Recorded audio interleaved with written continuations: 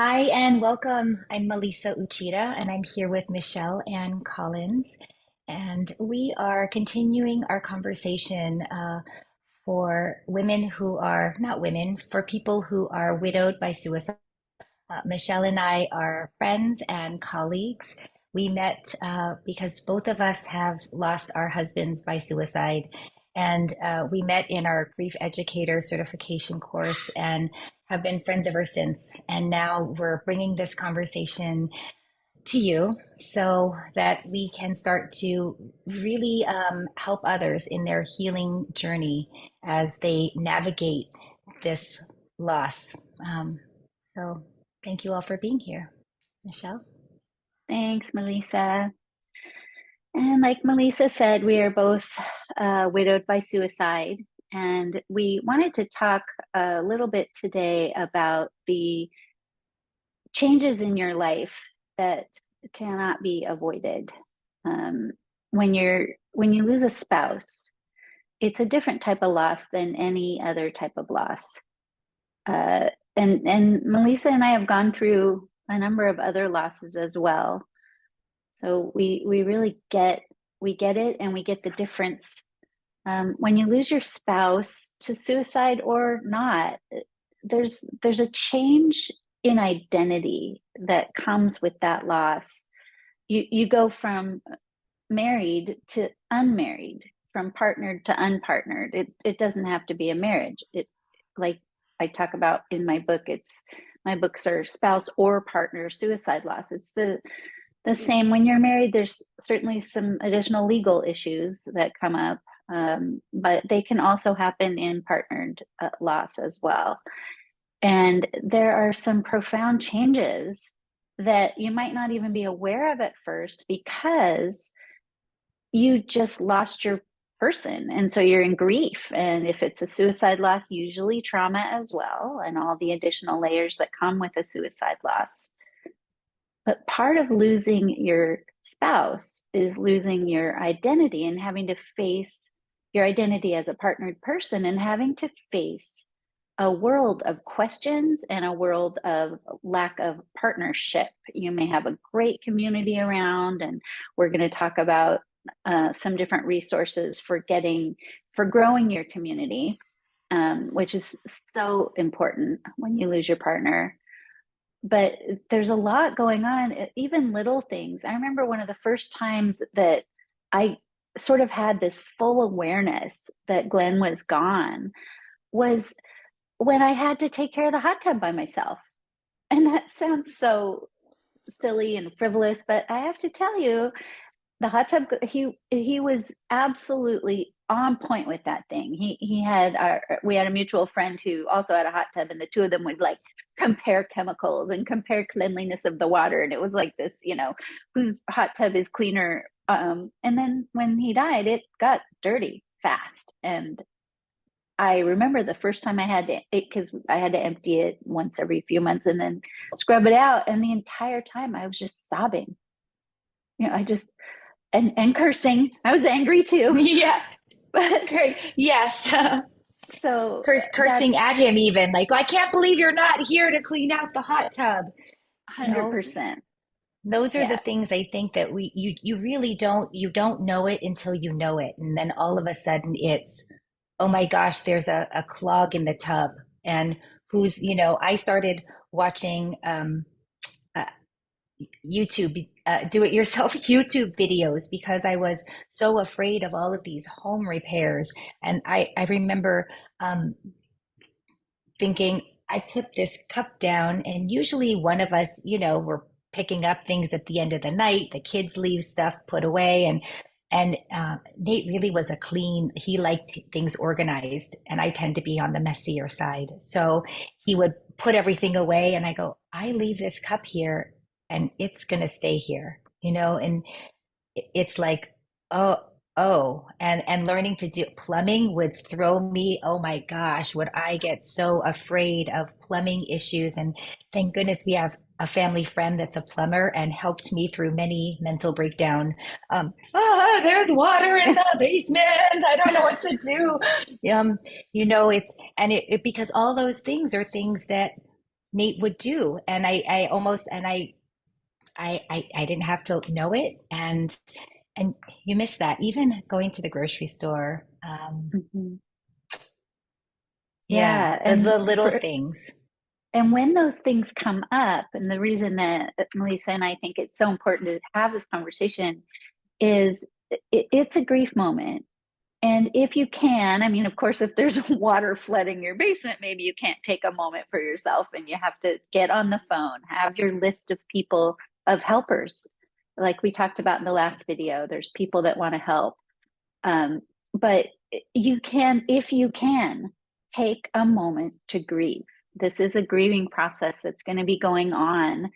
And fall apart when the washer falls out of the kitchen sink or whatever it is. If you need to and you have the time and the space to do so, let yourself feel those feelings, anger, sorrow, whatever the feeling is. Maybe you don't feel anything. Maybe you're just annoyed that the washer fell out of the sink, but whatever it is, allow yourself those feelings.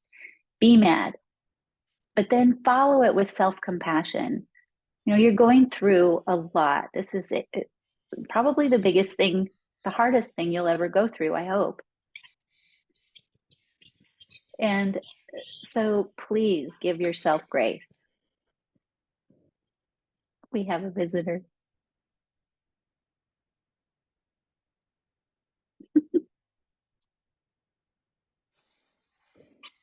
My youngest. Look, look, look, look. There he is. Another one of these. And this is a great example too of how we struggle. Like, for example, if you're recording a YouTube video, maybe your spouse would have or partner would have been there to kind of wrangle the kid and give you that few minutes. And so reestablishing your independence, maybe kicking and screaming, reestablishing it in a way you don't want to, but trying to figure out ways to cover all of the stuff, even if your partnership was hard or non-functional or difficult. You can take ways to you can figure out ways, and you will be able to do this with time to manage. Do we need to take a break? No, that was such a Okay. good actually example of, so Yeah. I I teach yoga teachers. Do yoga teacher certifications. And it was that was something Nate and I did together. So he had another job, but we would kind of tag team on teacher training, and it was something we did together that we loved doing together. And so we would work all weekend long. They're weekend intensives and they're very long hours. And after he died, my schedule stayed the same when I went back to work, which I think was about 2 or 3 months later. Way too early for me, way too early in my opinion. I should not have. But it was sort of a situation that I had to, and that became a real challenge. Is that you go, oh my gosh, these are the weekend hours when my kids are not in school and when they actually need me to parent, and now I'm working and I don't have Nate to be um, tag teaming with and trying to figure that out. That was kind of like the perfect example. I have my son, and sometimes kids were fighting, and all this chaos is going on, and you still have to work and do what you have to do. So Still have to that was live it. your life. Have to live your life. Yeah, such Yeah. a huge adjustment on so many different levels. Um, Even coming Yeah. And home. I just, mean, oh, Michelle, did go you ahead. find this, like, when you come home, you're used to talking to someone about your day. It was probably one of my favorite times of the day. Is just talking about our days and hearing what happened with him at work, and I would share what happened with me, and not having that person anymore. Yeah. Well, and at the same time, I went through the loss of Glenn. My family also was in a shift, and I only had one biological kid part time when he died, and his two kids that were living with us moved back with their biological mom. So I kind of also went straight to empty nesting. I did have a roommate, and thank goodness, because coming into an empty house would have been just so, so difficult. But even a year or so later, when she moved out, and then my youngest went off to college a couple years after that, I'm still not used to living alone, and certainly not unpartnered. I mean, being partnered is it's so nice. Like Glenn used to make me coffee every morning. And this conversation is we're trying to make it real. That still sucks. That I still think it sucks every morning when I walk down the stairs and I have to make my own coffee. But at the same time, I have to make a shift and just accept. And I make really good coffee. And I just make sure to thank myself. Thanks for the coffee. Honestly, I'll tell you a really funny story. I do come home sometimes, open the door and walk in, and I have a lot of pets because, so at least I get greeted by little fur balls. But sometimes I walk in and, honey, I'm home. Is dinner ready? And yeah, there's not an answer, but for some reason, it just makes me feel a little connected Yeah. to when I did have that response coming. Yep, I made dinner. No. Yep. That's funny. I just posted on my Instagram story today about coming home, and I got a puppy. We got a puppy a few months ago. Her name is Lucy, and she's sitting Oh, at the door. So she's sitting behind the storm door, and she's just, and I oh, it makes coming home go, oh, someone is happy to see me, you know? yeah. And it really does. It makes a difference. Those small moments. Nate used to always say, "Hey, babe, can I make you something to eat? Hey, babe, how was your day?" And I mean, you miss those are the times that I would really ache and go, oh, those Yeah. So those moments. Yeah. what to do when we come across those moments. So earlier, when we were talking about plumbing issues, I reminded everyone self-compassion, right? If yeah, it sucks, and let it suck for that moment, for that hour, for that week, whatever you need. We had talked earlier in a different video about having wet days. Some days it's okay, but also make a plan. Your friends are there, your family's there, whoever it is that's supportive. Maybe it's not friends and family. Maybe you've joined a grief group. And now that there's so many grief groups online, you may even find someone available in, for example, the town hall in the David Kessler's group that's awake in the middle of the night. And you can put out, wow, I'm feeling lonely today. Just Mhm. have a list of available resources, friends, supporters, to reach out to when you come across those moments, and see if you can hang in with those moments. Stay with it, and try to take care of yourself instead of letting it just really destroy you, because you're going to get through this. You can get through this, and Melisa and I are going to keep we're going to be here for you. We're going to keep giving you tips and uh, tricks, and how to do it, because if she and I can get through this, you can get through this. Yeah, you said something so powerful is to plan and be proactive. And this is, of course, after the initial grief that's so, in the early stages, you're just surviving. It is like Mhm. treading water. You're just trying to keep your head above water. And after that starts to evolve and shift, and it will evolve and shift. Then starting to look around and going, when are those moments when I really ache? For a lot of people, that's bedtime, have a hard time going to sleep. I started taking baths at night and watching replays of our grief group, actually. So I would Yeah. lie in the tub and listen to other people in grief, and that was really healing for me.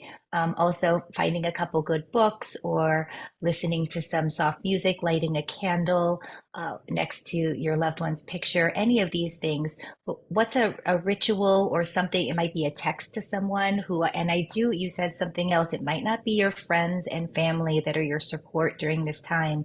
And that's so important because if we put the expectation on our friends and family to be able to hold space for us to grieve, they're really not equipped to be able to do that.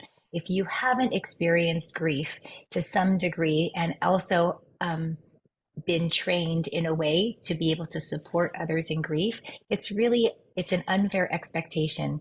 So instead of kind of being disappointed in them or being hurt or feeling left out or anything like that.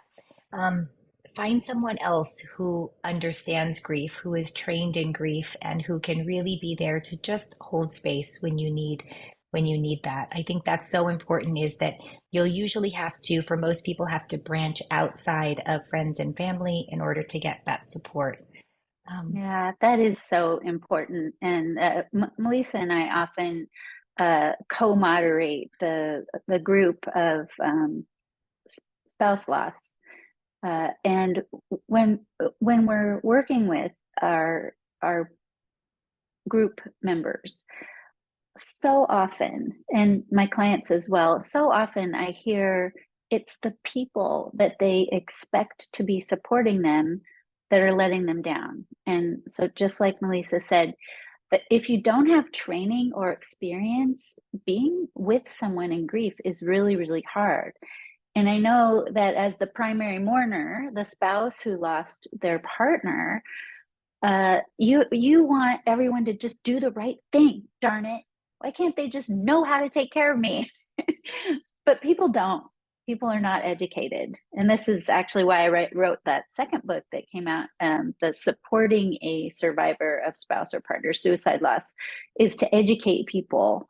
And the best thing that we can do after these losses, when we have the capacity, which certainly it's probably not going to be right away, but is to understand that aunt so and so or cousin or brother, they don't get it and they're not going to be able to be the support you need. And it's so heartbreaking to see so many relationships end or get taxed or estrangements happen around a death. And it's very frequent, not just with suicide loss, probably more so with suicide loss, but with, you know, your in-laws, for example, your partner's parents.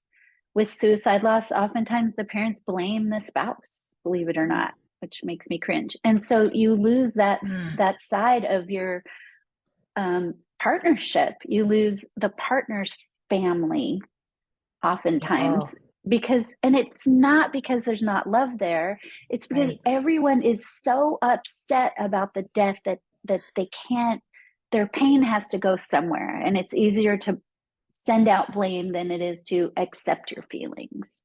Right. And that is such a big point of this, that there are other family members that are grieving in their own way. And sometimes we expect people to grieve in the same way that we grieve. And grief is completely unique. Everyone's grief is different. And it's not that any way of grieving is wrong. Um, they're just different. And so to be able to accept that, I um I I didn't know that until more recently that often the parents will blame the spouse, and I was trying so hard to do things the right way. And my son has a whole family that's my husband's family. He's got them. And I really wanted to make sure that he felt supported and that he had as much family. They don't live in the same state, but that he felt the love of his family, and that he knows he's got this grandma and these aunts and these uncles, and that they all love him and care about him. And so I think all of us kind of worked hard in the beginning to make sure that those relationships would stay pretty strong.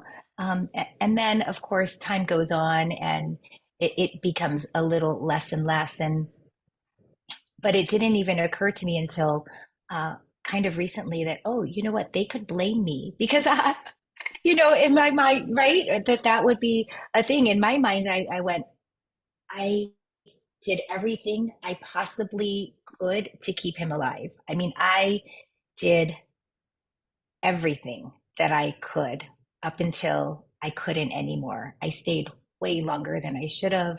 I was proactive in getting help, was getting myself help, getting our family. I mean, um, and at the end of the day, it's not anyone's fault, right? At the end of the day, if there is a disease, and we could blame it on an event that happened in childhood, we could blame it on an event that happened in adulthood, we could blame it on all these things. But the truth is, people go through really hard experiences, and this is not the result of it. So it's not the fault of some event.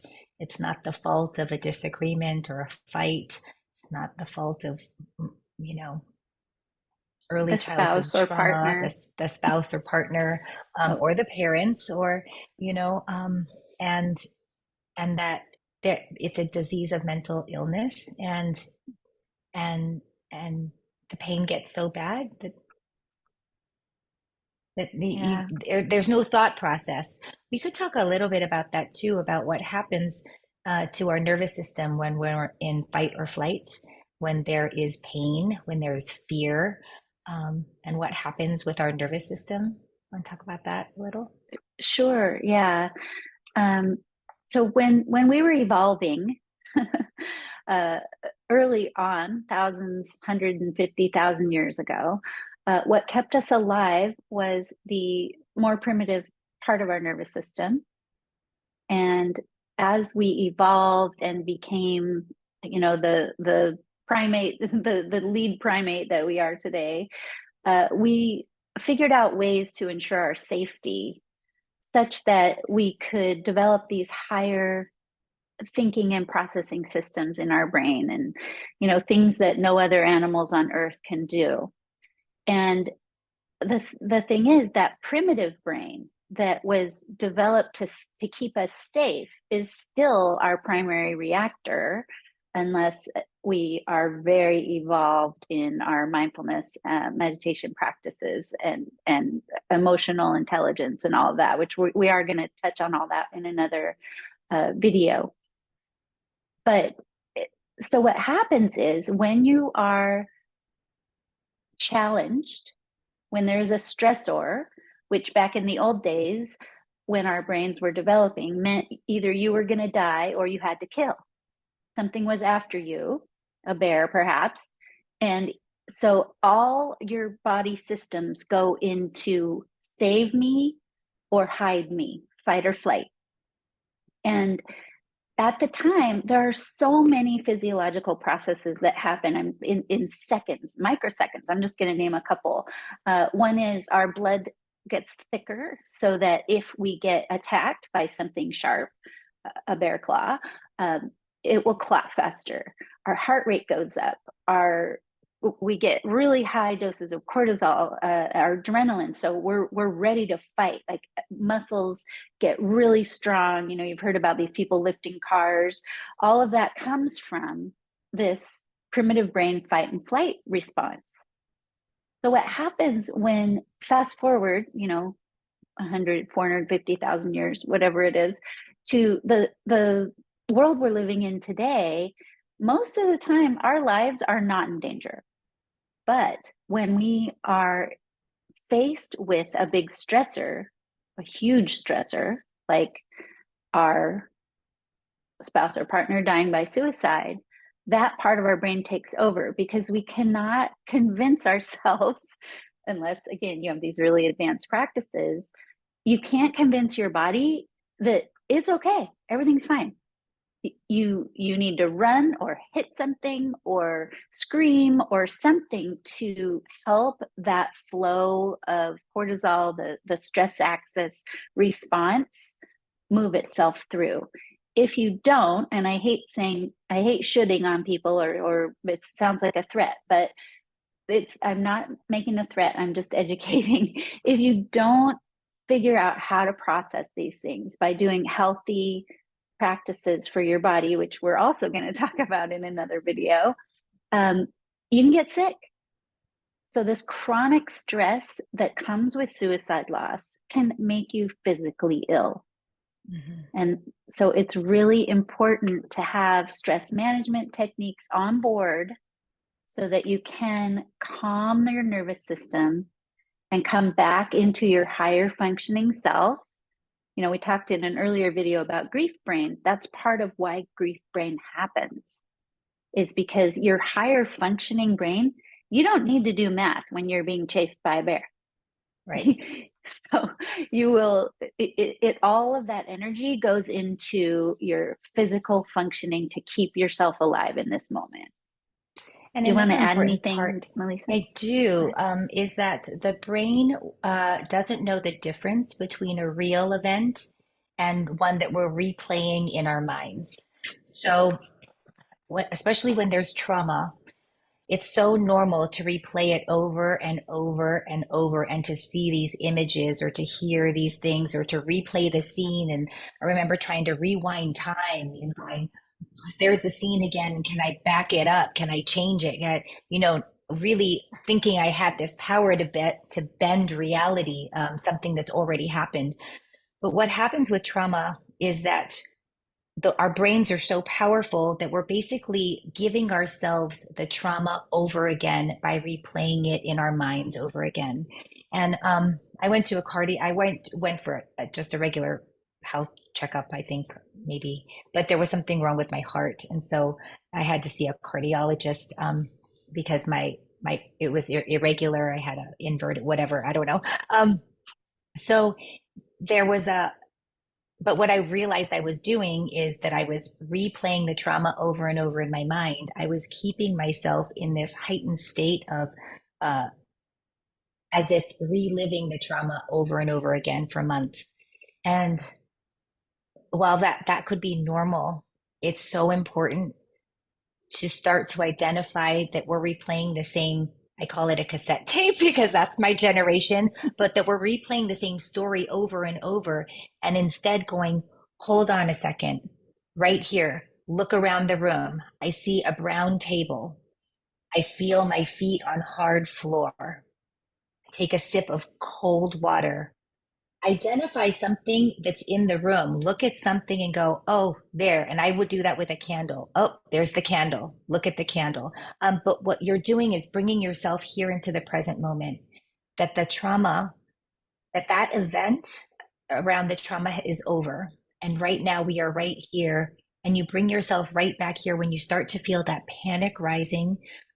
That's just a quick technique that you could do is look around, identify Mhm. 4 or 5 objects in the room, focus on your breath, and get right back to here because we don't want to keep living in the trauma for too long. It will cause major disease.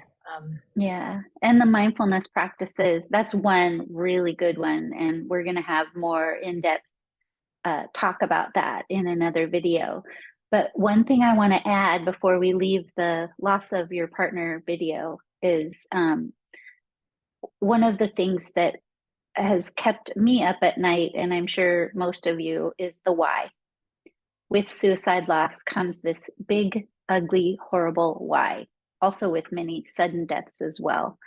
And the replaying the story that Melisa was talking about, a lot of times it's the why. Why did he leave me? Why didn't I see this coming? What else could I have done? And one of the practices that is, I think, the most important to start moving along is realizing answering that question isn't going to relieve your suffering. Even if there was an answer, even if they left a note, uh, or somebody said, "This is why," and it made perfect sense, which that never happens. But it, you, it doesn't help. And so the practice that we need to do, and that I still do, is to release the why and realize that even if you did have that answer, it would not change anything. The acceptance is what you need to move toward and leave the why behind. And I am not telling you this because it's easy, but it is profoundly healing when you can let go of the why. Great, good point. Thank you, Michelle. Thank you all for being Thank here with us, and we'll see you in the next video. All right. Thanks so much.